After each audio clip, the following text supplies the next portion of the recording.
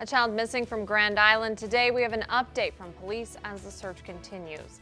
Plus, a controversial bill on the legislative floor today aimed at giving terminal patients the right to try potentially life-saving medication. And the gun debate still heating up 2 weeks after a deadly shooting. Now the state's third largest political party is weighing in. And a half-a-cent sales tax in Kearney approved. See what new things that money's going to.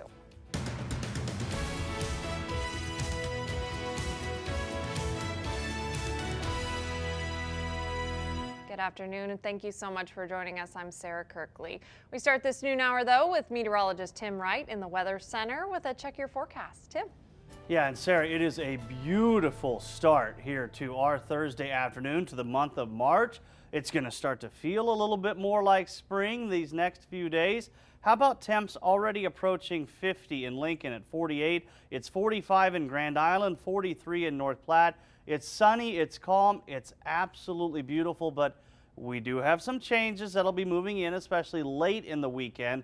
I'll talk more about that coming up in your full forecast here in a few minutes. Thanks, Tim. We have an update this noon hour on an endangered child alert at a Grand Island. GI police tell NTV the mother of 18-year-old Parker Sane spoke to the boy's biological father, Joshua Sane, again yesterday afternoon. Grand Island police say they believe he is in a red Chevy pickup with county plate 38.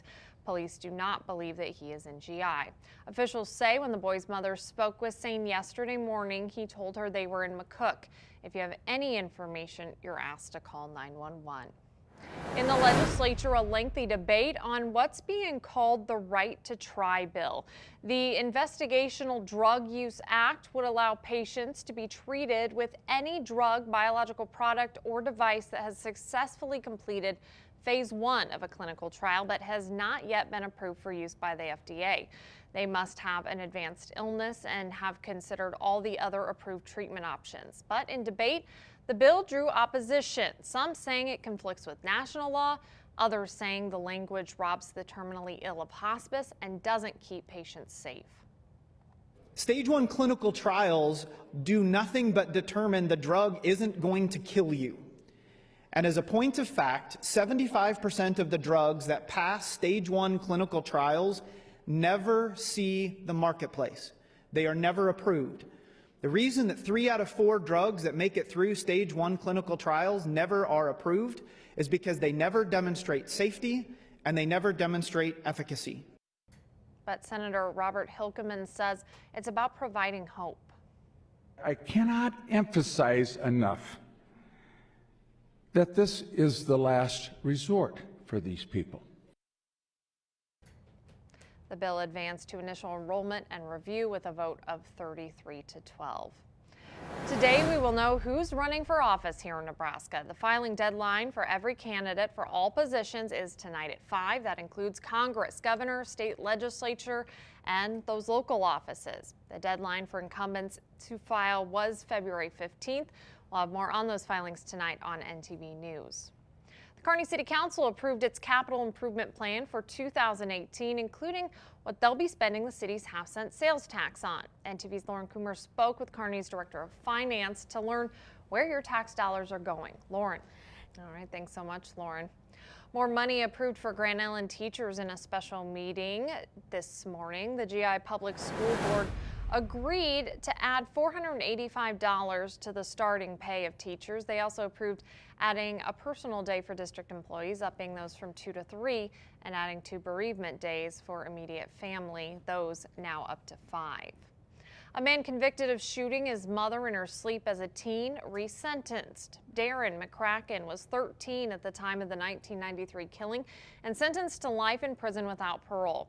This week, a Gosper County District Court judge resentenced him to 51.5 to 75 years with credit for time served. McCracken sought the post-conviction relief based on a 2012 federal ruling that deemed automatic life terms for juveniles unconstitutional.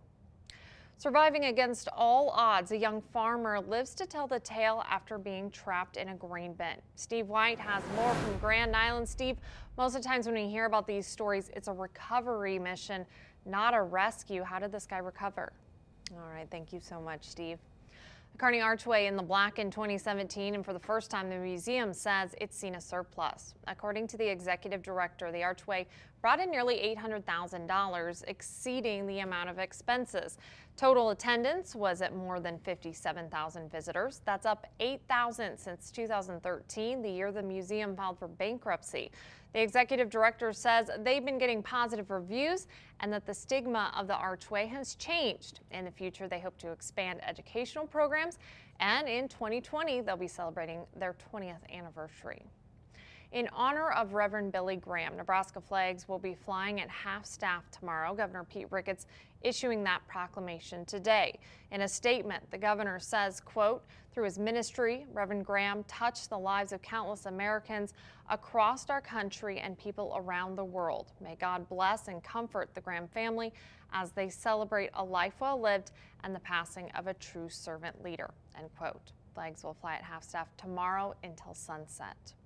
Walmart is raising the minimum age to buy guns and ammunition at its stores. The retail giant says it will now only sell guns and ammo to those 21 years or older. Walmart will also remove items resembling assault-style rifles from its website, including non-lethal airsoft guns and toys. The company pledged to continue to serve hunters and other sportsmen in a, quote, responsible way. As some retailers are raising the age to purchase weapons, one congressman is introducing legislation to lower the age to buy a handgun. This week, Kentucky Congressman Thomas Massie introduced the Second Amendment for Every Registrable Voter Act, or the Safer Voter Act. The bill would repeal federal law preventing adults age 18 to 20 from buying a handgun from a federal firearms license holder. In a Facebook post about the bill, Massie said, quote, "Why should a 20-year-old single mom be denied the right to defend herself and her children? 18, 19, and 20-year-olds are considered adults and are able to vote on important public policy issues. As adults, these Americans should not be deprived of basic constitutional rights," end quote. We have reached out to Congressman Adrian Smith for a reaction on this bill. A spokesman says since the bill was just introduced, Smith has not had a chance to review it. And the Libertarian Party in Nebraska says they will oppose any legislation to disarm peaceful people. The state's third largest political party released a statement saying they reaffirm the, quote, natural right of self-defense, adding, quote, "Bureaucracy and cowardice created a soft target for a troubled young man to murder 17 people who could not defend themselves," end quote. There's an egg sighting event coming to Kearney, and this year it's expected to be bigger than ever. NTV's Jessica Stevenson spoke with the organizer to learn, and she now joins us live in studio. Jessica, looks like a lot of fun. Thanks so much, Jessica. Well, Tim Wright joins us now with a check of that forecast. Hopefully it's nice for people putting out eggs. Yeah, I think most people would be okay with the weather that we have in place right now. It's sunny, it's mild, it's calm, more importantly. Oh, but that is going to change. Enjoy these numbers right now. Yes, they're going to trend up, but so is the wind speed, and we are watching that storm system for Sunday night that could literally bring us a little bit of everything. Your full forecast coming up next. Also still to come this noon hour, organizations coming together to help eradicate bullying. We'll show you what they're doing and how you can be a part of it after Tim's weather. And then the NFL is getting a new official pizza sponsor. We'll have details in today's Consumer News. NTV, Central and Western Nebraska's most watched news, with Sarah Kirkley and Tim Wright weather. This is NTV News at noon.